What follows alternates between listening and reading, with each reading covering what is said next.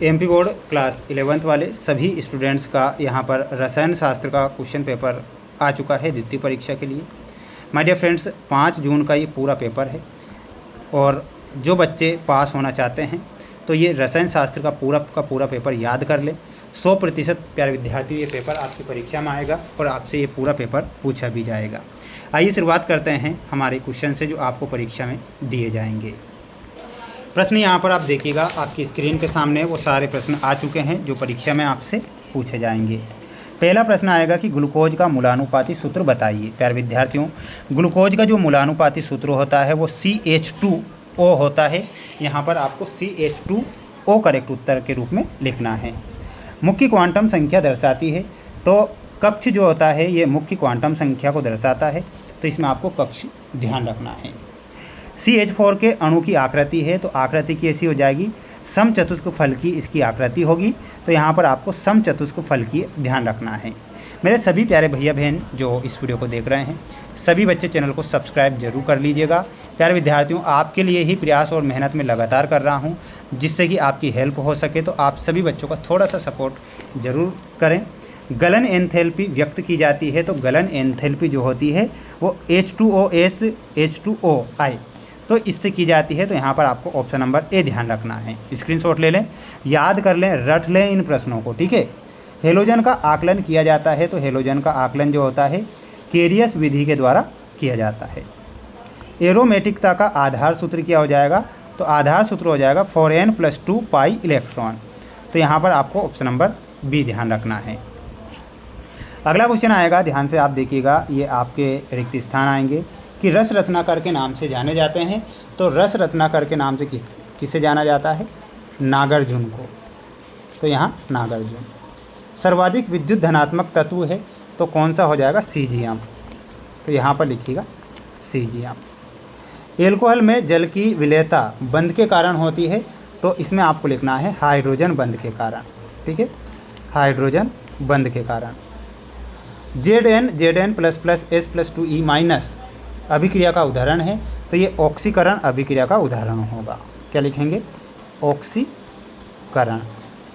Electron युग्म युक्त अभिक्रिया मध्यवर्ती कहलाते हैं, तो ये कार्बन आयन कहलाते हैं। क्या कहलाते हैं, यहाँ पर लिखिएगा कार्बन आयन। CH2 बराबर CH माइनस CH बराबर CH2 का IUPAC नाम क्या हो जाएगा, तो नाम हो जाएगा, इसमें ध्यान रखना है, ब्यूटा 1,3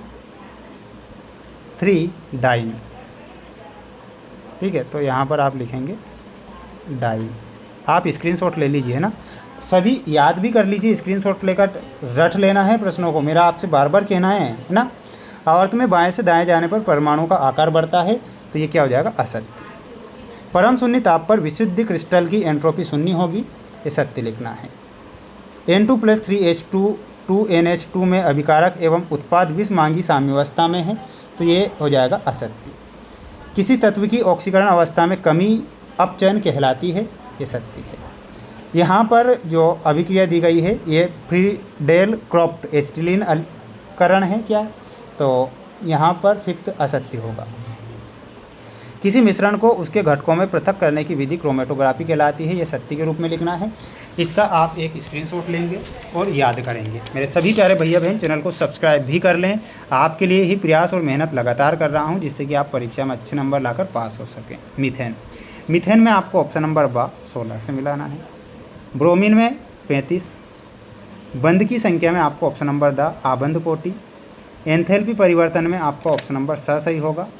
एथाइन में असंतृप्त से मिलाना है। ये आप इसका एक स्क्रीनशॉट ले लीजिए। बढ़ेंगे अगले क्वेश्चन की ओर। अगला क्वेश्चन है 5वां है आपका, कक्षक की परिभाषा लिखिए। तो प्यारे विद्यार्थियों, कक्षक की परिभाषा क्या होती है मैं आपको बताता हूँ। देखिएगा, ये कक्षक की परिभाषा होती है किसी परमाणु के नाभिक के चारों ओर वह त्रिविमीय क्षेत्र जहाँ इलेक्ट्रॉन के पाए जाने की संभावना सबसे अधिक हो, उसे हम कक्षक कहते हैं। ये आप यहाँ पर स्क्रीनशॉट ले लीजिए। अगला क्वेश्चन आएगा, ध्यान से देखें कि पी ब्लॉक के तत्वों का सामान्य इलेक्ट्रॉनिक विन्यास लिखिए। तो इसका हो जाएगा NH2 Np1-6। ऊष्मागतिकी के प्रथम नियम का गणितीय व्यंजक लिखिए। तो गणितीय व्यंजक हो जाएगा समकोण त्रिभुज U = Q प्लस ओमिका।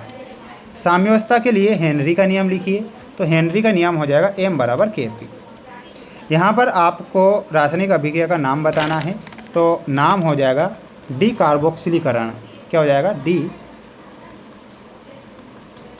कार्बोक्सिलीकरण।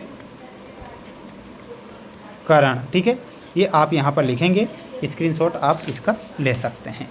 मेरे सभी प्यारे भैया बहन जो इस वीडियो को देख रहे हैं, आप ये सीमांत अभिकर्मक वगैरह और ये सारे जो प्रश्न हैं इनका स्क्रीनशॉट लेकर एआई के माध्यम से इनके आंसर निकाल लेना आप एआई से, आर्टिफिशियल इंटेलिजेंस से, है ना। तो बिल्कुल आपको अच्छे नंबर मिल जाएंगे। आपको मेरे द्वारा मोस्ट इम्पोर्टेंट पेपर चैनल पर ये 5 सेट पेपर मैंने डाल दिए हैं। पाँचों सेट पेपर को ज़रूर पढ़ें, प्रयास करें। किसी प्रकार से रियल या वायरल पेपर के चक्कर में ही मत पढ़ना, मैं आपसे बार बार कह रहा हूँ। ठीक है, आईएमपी क्वेश्चन के लिए चैनल को सब्सक्राइब जरूर करिएगा। जय हिंद।